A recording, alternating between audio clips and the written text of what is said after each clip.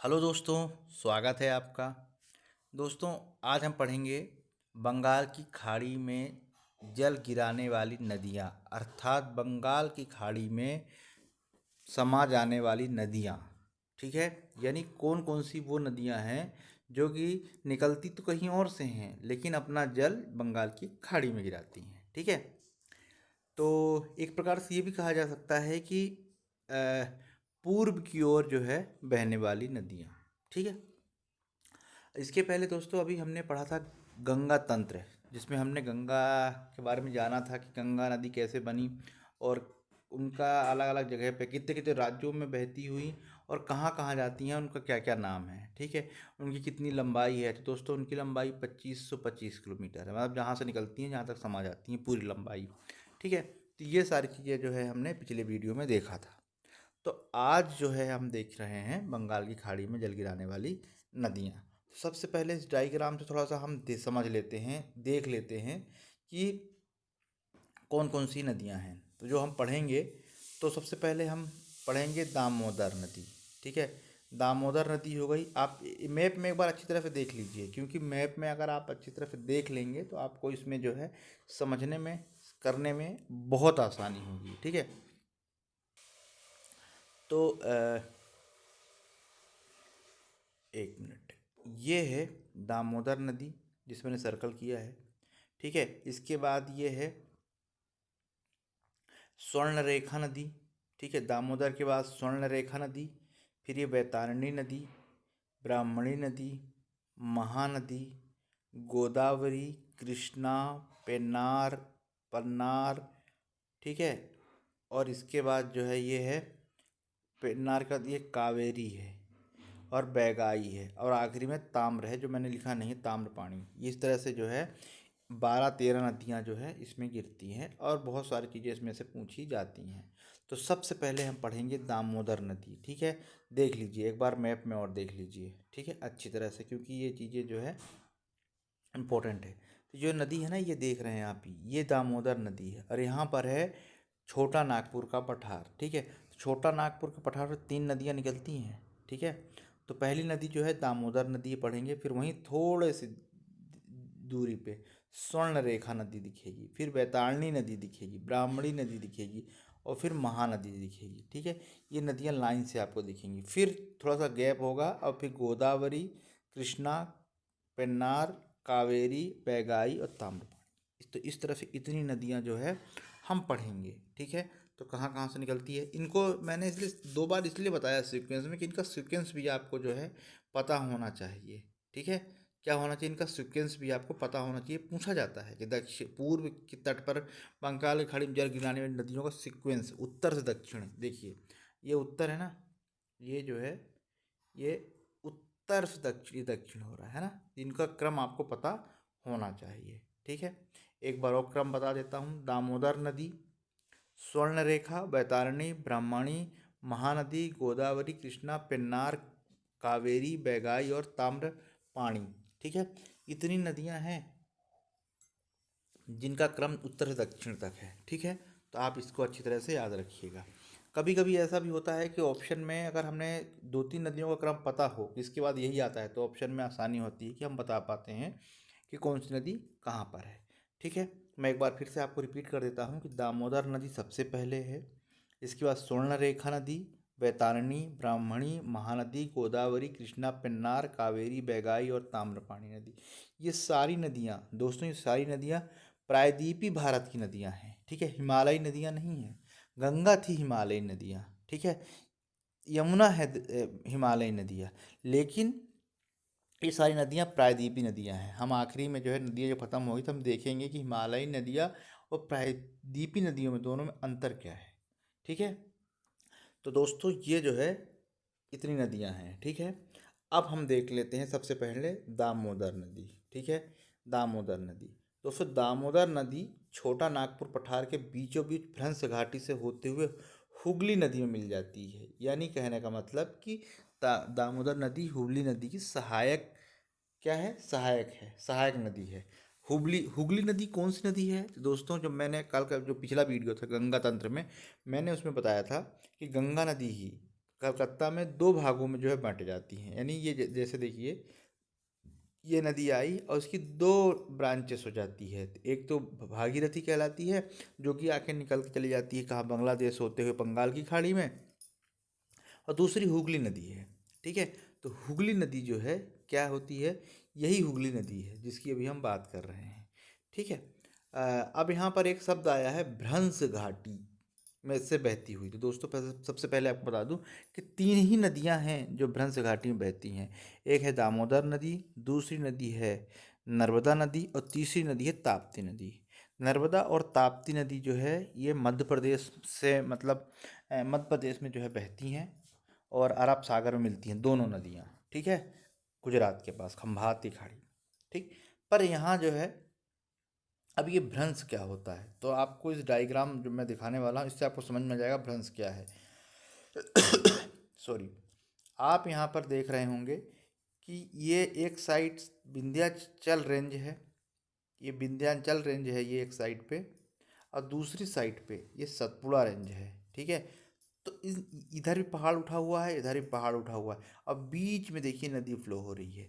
यही होता है भ्रंश। यानी दोनों तरफ के जो पहाड़ उठे होते हैं, बीच में जो रास्ता होता है जहाँ से नदियाँ बैठती है, यही भ्रंश कहलाता है। ठीक है, अब ये जो फोटो मैंने आपको दिखाई अभी, इसमें से कम 4 से 5 क्वेश्चन बन सकते हैं। पहला क्वेश्चन यही बनता है कि नर्मदा के उत्तर में कौन सी रेंज है या कौन सा पर्वत है, तो विंध्याचल पर्वत है। दक्षिण में कौन सा है, तो दक्षिण में जो है सतपुड़ा पर्वत है। ठीक है, कौन सी नदी है जो विंध्याचल और सतपुड़ा पर्वत को, कौन सी नदी है जो विंध्याचल और सतपुड़ा पर्वत को 2 बराबर भागों में विभाजित करती है। ठीक है, तो वो है नर्मदा नदी। ठीक है, ये ऐसे प्रश्न पूछे जाते हैं, तो आपको पता होना चाहिए। तो भ्रंश बेसिकली हम बात कर रहे थे कि भ्रंश क्या होता है। ठीक है, तो भ्रंश यही होता है। तो आप याद रखिएगा कि क्वेश्चन में कभी भी आए कौन सी 2 नदियां हैं जो भ्रंश घाटी में बहती हैं। अब प्रश्न आया भी हुआ है, तो 3 नदियां हैं। नर्मदा तो आप देख रहे होंगे स्क्रीन में, इसके अलावा ताप्ती है और नंबर तीसरी जो है दामोदर नदी, जिसको अभी हम पढ़ रहे हैं। ठीक है, मैं एक बार फिर आपको बता देता हूँ। विंध्याचल रेंज देखिए, जब 2 पर्वतों के बीच से जब नदी प्रवाहित होती है, 2 पर्वतों के बीच से, उसे ही भ्रंश कहा जाता है। देखिए भ्रंश कैसे, इधर इधर भी पहाड़ ऊंचे हैं, ये भी पहाड़ ऊंचे हैं, और ये जो बीच में नदी बह रही है इनको काटते हुए, यही भ्रंश है। ठीक है, तो हम पढ़ रहे थे दामोदर नदी के बारे में। तो दामोदर नदी छोटा नागपुर पटना के बीचों बीच भ्रंश घाटी से बहते हुए हुगली नदी मिल जाती है। ये सीधे समुद्र में ना मिलकर हुगली नदी में अपना जल गिराती है या मिलती है। ठीक है, यही होता है, यही है दामोदर नदी। ठीक है दोस्तों, अब अगली जो रिवर है, अगली रिवर है स्वर्ण रेखा रिवर। ठीक है, कौन सी रिवर, स्वर्ण रेखा रिवर। स्वर्ण रेखा रिवर जो नदी है, वो झारखंड की जो राजधानी है, क्या राजधानी है, रांची से होकर 3 राज्यों झारखंड, पश्चिम बंगाल और उड़ीसा राज्यों में बहने वाली ये एक नदी है। ठीक है, जो स्वर्ण रेखा नदी है वो 3 राज्यों में बहती है। पहला झारखंड से तो निकलती है, यानी रांची से निकलती है, इसके बाद वो पश्चिम बंगाल में, और फिर कट के जो है मतलब झारखंड, फिर उड़ीसा, फिर पश्चिम बंगाल में बहती है। ठीक है, स्वर्ण रेखा नदी जो है छोटा नागपुर पठार से होकर गुजरती है। बहुत से उद्योग, अब दोस्तों जो ये छोटा नागपुर का पठार जो है ना, ये मिनरल्स के लिए बहुत संपन्न है, सारे मिनरल्स पाए जाते हैं, ये बहुत संपन्न है ये क्षेत्र। ठीक है, तो छोटा नागपुर के पठार में जो है स्वर्ण रेखा नदी छोटा नागपुर पठार से ही गुजरती है, और वहाँ के जो उद्योग हैं, वहाँ का जो रासायनिक मतलब केमिकल जिसे कहा जाता है, केमिकल वाला जो पानी है, वो इसी नदी में मिलता है, क्योंकि वहाँ वहीं से गुजर रही है। अब इसी नदी मिलता है, तो इसलिए जो है ये नदी इतनी दूषित हो चुकी है, या दूषित है ये नदी। ठीक है, बहुत प्रदूषित है। ठीक है, अब यह नदी जो है, यह नदी अपना जल उड़ीसा के मुहाने पर गिरती है। स्वर्ण रेखा को जैविक मरुस्थल भी कहा जाता है, क्योंकि इसमें ये थोड़ा प्रदूषित ज़्यादा है, क्योंकि यहाँ पर जो है बहुत सभी उद्योग जो गंदगी है, ठीक है, जो वेस्ट रसायन है, अगर हम बात करें, गंदगी ना बोल के जो वेस्ट रसायन है इसी में मिलता है, इसीलिए जैविक मरुस्थल भी कहा जाता है। प्रश्न पूछा जा चुका है कि किस नदी को जैविक मरुस्थल कहा जाता है, तो वह स्वर्ण रेखा नदी। ठीक है, जमशेदपुर जो है स्टील नगरी भी के नाम से भी जाना जाता है, वो भी स्वर्ण रेखा का नदी के तट पर स्थित है। ठीक है, चलिए आगे हम देख लेते हैं अगली नदी। ठीक है, बहुत महत्वपूर्ण था। उम्मीद करता हूँ आप लोगों को समझ में आया होगा। इसके अलावा जो अगली नदी है वो है वैतरणी नदी। वैतरणी नदी उड़ीसा के क्योंझर पठार से निकलती है और उड़ीसा तट तट पर गिरती है। यह पूरी तरह उड़ीसा राज्य में स्थित है वैतरणी नदी, ठीक है। जैसा कि मैंने आपको दोस्तों स्टार्टिंग में बताया था, उत्तर से दक्षिण तक जो जमाने के लिए आता है, एक सीरीज आती है, उस दृष्टि से बहुत इंपॉर्टेंट है, ठीक है। तो बैतरणी नदी उड़ीसा के केओंझर पठार से निकलती है और उड़ीसा तट पर जो समा जाती है, ठीक है। और ये पूरी तरह से उड़ीसा राज्य में ही जो है बहती है, ठीक है। अब मैं आपको एक बार डायग्राम एक बार और दिखा देता हूँ, जिससे आपको वो चीज़ें माइंड में बार बार क्लियर होती रहे, ठीक है। पहले हमने दामोदर नदी देखा, इसके बाद हमने देखा स्वर्ण रेखा नदी देखा, फिर हमने बैतरणी नदी देखा। अब हम देखेंगे ब्राह्मणी नदी, और इसके बाद महानदी, इसके बाद गोदावरी, कृष्णा, पेन्नार, कावेरी, बेगाई और ताम्रपाणी।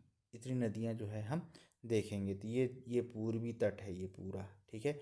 यहाँ पे नदियाँ किस तरह से यहाँ से निकल रही हैं और इस तरह से। तो इससे एक चीज़ आता है कि जो ये इस वाले क्षेत्र का जो ढाल है ना, हमने पश्चिमी घाट और जो पूर्वी घाट पढ़ा था तो भी हमने उसमें देखा था, ठीक है। तो जो पूर्वी घाट का जो ढाल है वो पूर्व की ओर है ना, तभी तो सारी नदियाँ इस साइड ही बह रही हैं पूरी, है ना, ये चीज़ें हैं। तो चलिए अब अगली नदी की बारी है। तो अगली नदी है ब्राह्मणी नदी। तो अगली नदी है ब्राह्मणी नदी। यह नदी रांची के समीप से निकलती है, उड़ीसा के तट पर गिरती है। यह नदी छोटा नागपुर पठार से निकलती है, ठीक है। कहाँ से निकलती? छोटा नागपुर पठार से निकलती है, यानी रांची के समीप पास से ही निकलती है और उड़ीसा के तट पे जो है जाके मिल जाती है। चलिए अगली हम नदी के बारे में जान लेते हैं। अगली नदी है महानदी, ठीक है। कौन सी नदी? महानदी। दोस्तों जो महानदी है वो छत्तीसगढ़ के दंडकारण्य पठार से निकलती है और उड़ीसा के कटक के पास अपना डेल्टा बनाती है। अब दोस्तों मुझे आप कमेंट्स बॉक्स में बताइए कि जो कटक है उड़ीसा का, वहाँ कौन सा रिसर्च सेंटर है, ठीक है। अगर आपको पता है आप गूगल करिए, और यदि आपको नहीं मिल रहा है तो आप मुझे कमेंट्स बॉक्स में कमेंट्स जरूर करिए, मैं इसका आंसर बताऊंगा आपको, ठीक है। तो कटक में किस चीज़ का रिसर्च सेंटर है? राष्ट्रीय मतलब जो है अनुसंधान केंद्र है, ठीक है। तो जो महानदी की हम बात कर रहे थे, महानदी छत्तीसगढ़ के दंडकारण्य जो पठार है वहाँ से निकलती है और उड़ीसा के निकट जो है कटक के पास अपना डेल्टा बनाती है। छत्तीसगढ़ में महानदी की घाटी है, उसे छत्तीसगढ़ बेसिन भी कहते हैं, ठीक है। और यह क्षेत्र जो है धान के उत्पादन के लिए बहुत प्रसिद्ध है, ठीक है। वैसे भी छत्तीसगढ़ को धान का कटोरा भी कहा जाता है, तो ये इस दृष्टि से जो है ये धान के लिए बहुत प्रसिद्ध है, ठीक है। अब अगली जो नदी है वो है गोदावरी नदी, ठीक है। कौन सी नदी? गोदावरी नदी। गोदावरी नदी बेसिकली दक्षिण भारत की सबसे बड़ी नदी है, ठीक है। जो प्रायद्वीपीय भारत की जो नदी है उसमें सबसे बड़ी नदी गोदावरी नदी है, जिसकी लंबाई 1465 किलोमीटर है, ठीक है। गोदावरी को बूढ़ी गंगा भी कहते हैं, ठीक है। गोदावरी नदी महाराष्ट्र के पश्चिमी घाट, ठीक है, नासिक के त्र्यंबक नामक स्थान से निकलती है और महाराष्ट्र, तेलंगाना, आंध्र प्रदेश राज्यों में प्रवाहित होती है, ठीक है। गोदावरी नदी राजसमुंद्री के पास अपना डेल्टा बनाती है, ठीक है। कहाँ बनाती है? राजसमुंद्री के पास अपना डेल्टा बनाती है। अब जो है जो सबसे ज़्यादा इम्पोर्टेंट है इसमें वो है उसकी सहायक नदियाँ। प्रवरा, ठीक है, पूर्णा है ये, पूर्णा, बेनगंगा, पेनगंगा, प्राणहिता, इंद्रवती, मंजीरा आदि जो है गोदावरी नदी की सहायक नदियाँ हैं। दोस्तों ये सहायक नदियाँ क्या होती हैं? तो दोस्तों सहायक नदियाँ वो नदियाँ होती हैं जो अपना जल किसी एक बड़ी नदी में गिराती हैं। एग्जाम्पल के तौर पे अगर मैं लूँ तो गंगा नदी की बहुत सारी सहायक नदियाँ हैं। हमने हमने पिछली वीडियो में देखा भी था कि गंगा नदी में जब नदियाँ मिलती हैं बहुत सारी, या फिर यमुना नदी हो गई तो वो भी सहायक नदी गंगा की। तो हमने देखा था कि दाहिने तरफ से अलग नदियाँ मिलती हैं, बाएं तरफ से अलग मिलती हैं। तो ये प्रश्न पूछा जाता है कि दाहिने तरफ से मिलने वाली नदियों के नाम बताइए, ठीक है। तो उसी प्रकार जो है, तो वो जो नदियाँ हैं हम बात कर रहे थे जो सहायक नदियाँ हैं, तो गंगा नदी में जब यमुना नदी मिल जाती है, ठीक है, तो क्या हो गया? मेन नदी कौन सी है? मेन नदी हो गई गंगा नदी, पर उसमें उसकी सहायक नदी मिल जाती है यमुना नदी, तो ये सहायक हो गई। अब यमुना की बहुत सारी सहायक नदियाँ, जिसमें भी बहुत सारी सहायक नदियाँ अपना जल यमुना में डालती हैं और यमुना सीधे इस पे मिल जाती है। तो ठीक उसी प्रकार यहाँ पर गोदावरी की बहुत सारी सहायक नदियाँ, जैसे प्रवरा हो गई, पूर्णा हो गई, वेनगंगा, पेनगंगा, प्राणहिता, इंद्रावती और मंजीरा, ये सारी नदियाँ गोदावरी की सहायक नदियाँ हैं। दोस्तों इसमें एक कन्फ्यूज़न भी होता है कि जब कृष्णा और गोदावरी इन दोनों की जो सहायक नदियां हैं उनमें आपस में कन्फ्यूज़न की स्थिति पैदा होती है। ठीक है, ध्यान रखिएगा कन्फ्यूज़न ना हो, खासकर बेनगंगा, पेनगंगा। ठीक है, प्राणहिता, इंद्रावती और मंजीरा, ये जो नदियां हैं इनमें कन्फ्यूज़न होता है। इसको एक बार अच्छी तरह से जो है याद कर लीजिएगा। बेनगंगा गोदावरी की सबसे बड़ी सहायक नदी है। ठीक है, जैसे गंगा की सबसे बड़ी सहायक नदी कौन सी है? यमुना है। तो ठीक वैसे ही बेनगंगा जो है गोदावरी नदी की सबसे बड़ी सहायक नदी है। ठीक है, ये रही गोदावरी नदी। ठीक है, त्रयंबक से निकलती है जैसे मैंने बताया। ठीक है, पश्चिमी घाट के, और जाके जो है यहाँ पश्चिम बंगाल में मिल जाती है, वो पश्चिम बंगाल खाड़ी मिल जाती है। ठीक है, अब अगली नदी है कृष्णा नदी। कौन सी नदी? कृष्णा नदी, दक्षिण भारत की दूसरी सबसे बड़ी नदी कृष्णा नदी। ठीक है, इसके बाद जो है कृष्णा नदी महाराष्ट्र के पश्चिमी घाट पर्वत के महाबलेश्वर चोटी से निकलती है और 4 राज्यों महाराष्ट्र, कर्नाटका, तेलंगाना, आंध्र प्रदेश से होकर ये बहती है। कृष्णा नदी जो है विजयवाड़ा के समीप अपना डेल्टा बनाती है। ठीक है, विजयवाड़ा भी समुद्र के किनारे ही है, बहुत ज़्यादा दूर नहीं है। इसके बाद गोदावरी और कृष्णा नदियों के डेल्टा, जो गोदावरी है और कृष्णा नदी के जो डेल्टा है वो आंध्र प्रदेश तट पर मिल जाता है, और इन्हीं डेल्टा पे जो है कोलेरू झील जो है स्थित है। आप उर्जित जीएस अकेडमी में वीडियो अपलोड है झीलों से संबंधित, जो महत्वपूर्ण झीलें हैं, चाहे वो क्रेटर झील हो या गोखुर झील हो, चिल्का झील हो, ठीक है, लैगून झील हो, ये सारी झीलें जो हैं वहाँ बताई गई है, आप वहाँ पर जो है देख सकते हैं। दोस्तों साथ ही साथ दोस्तों जो वीडियो देख रहा है और एक लाइक ज़रूर करें, है ना। तो हम बात कर रहे थे कि जो गोदावरी और कृष्णा का जो डेल्टा है ये बहुत उपजाऊ डेल्टा भी है, मतलब ये इसमें बहुत धान के लिए बहुत महत्वपूर्ण है। ठीक है, इसके अलावा कृष्णा की जो सहायक नदियां हैं वो तुंगभद्रा, घाट प्रभा, माल प्रभा, दूध गंगा, पंचगंगा, भीमा, कोयना और मूसी। तो कन्फ्यूज़न कहाँ होता है? दूध गंगा, पंचगंगा में, क्योंकि अभी अभी हमने थोड़ी देर पहले हमने जब इसमें पढ़ा, किसमें? गोदावरी नदी में पढ़ा था हमने, बेनगंगा और पेनगंगा पढ़ा। कौन सी पढ़ा? बेनगंगा और पेनगंगा अभी हमने जो है पढ़ा, मंजीरा, इंद्रावती, प्राणहिता। अब वहीं आप जो दूसरी तरफ हम बात करें तो यहाँ पर जो है तुंगभद्रा, घाट प्रभा, माल प्रभा, दूध गंगा, पंचगंगा, भीमा, कोयना, मूसी, ये आदि सारी नदियाँ कृष्णा नदी की सहायक नदियाँ हैं। ठीक है, अगली है पेन्नार नदी।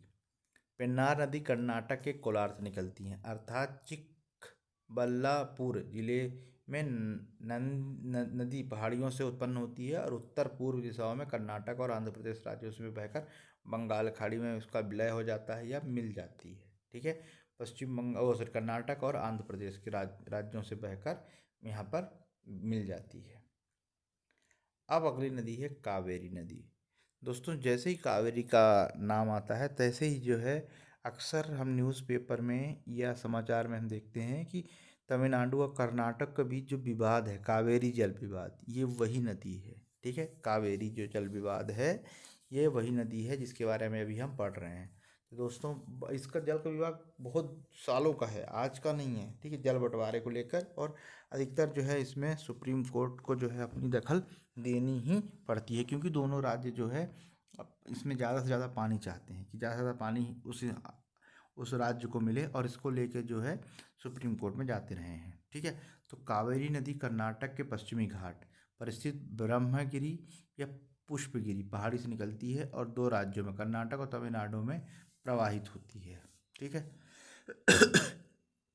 2 राज्यों में प्रवाहित होती तो 4 राज्यों में है, अभी हम नीचे बात कर लेंगे उसके बारे में। लेकिन अभी यहाँ देखिएगा कि कर्नाटक कहाँ निकलती है, कर्नाटक के पश्चिमी घाट से जो है ये ब्रह्मगिरी या पुष्पगिरी पहाड़ी से निकलती है और कर्नाटक और में जो है प्रवाहित होती है। चलिए आगे देखते हैं।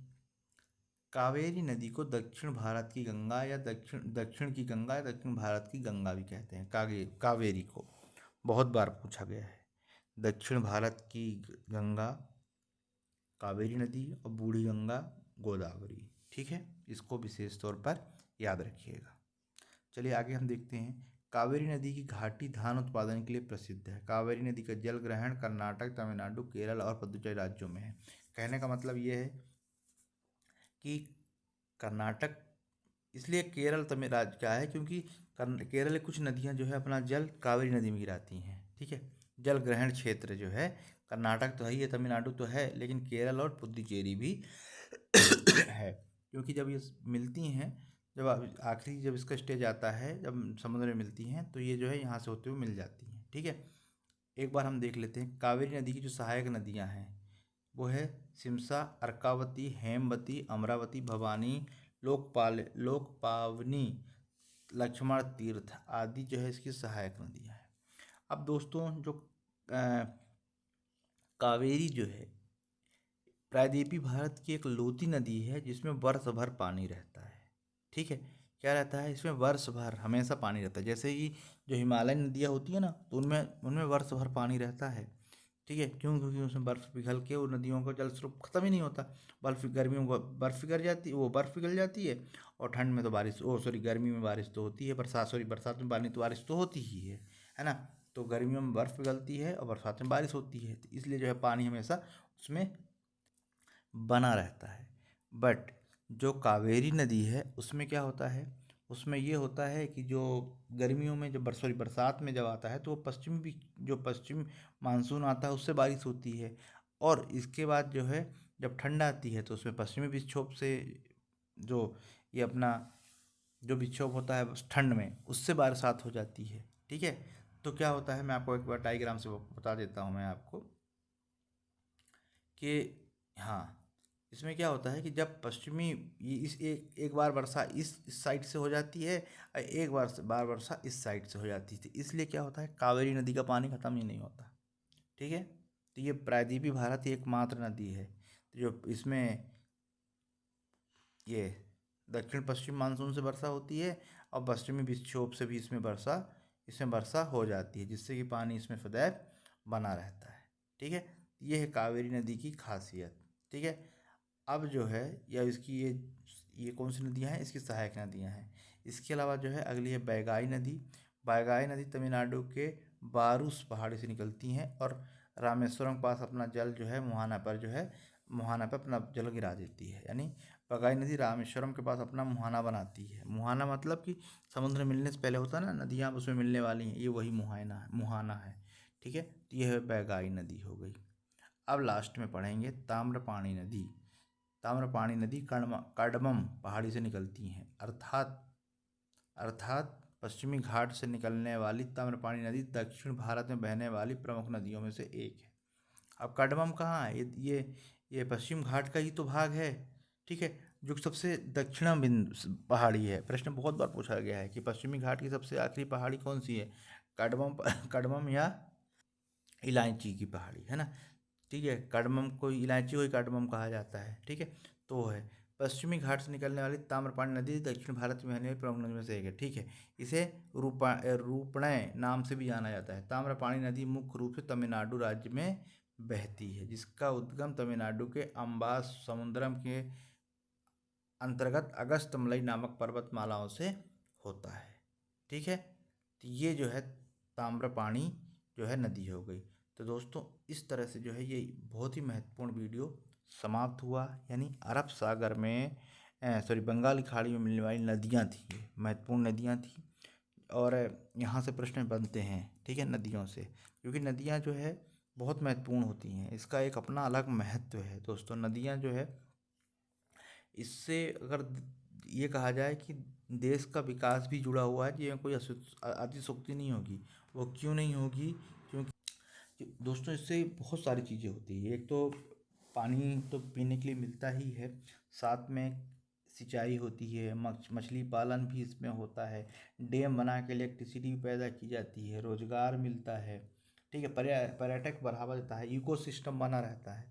ठीक है, तो ये सारी चीज़ें जो है नदियों से होता है। ठीक है, अब जो है अगला जो हम पढ़ेंगे वो पश्चिम की ओर मिलने वाली नदियाँ, यानी अरब सागर में अपना जल गिराने वाली नदियों के बारे में जो है हम विस्तार से पढ़ेंगे। तो दोस्तों वीडियो उम्मीद करता हूँ पसंद आया होगा, तो चैनल को सब्सक्राइब करें, वीडियो को लाइक करें, शेयर करें, और अपनी प्रतिक्रिया स्वरूप जो है कमेंट ज़रूर करें।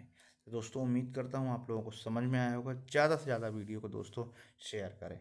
ठीक है, अगर आपको डाउट हो किसी चीज़ में, अगर ऐसा लगे कि इस मुझे किसी और टॉपिक पर वीडियो बनाना चाहिए, तो आप मुझे कमेंट्स बॉक्स में जो है बताएं, मैं ज़रूर बनाऊंगा। तो पढ़ते रहिए। नमस्कार।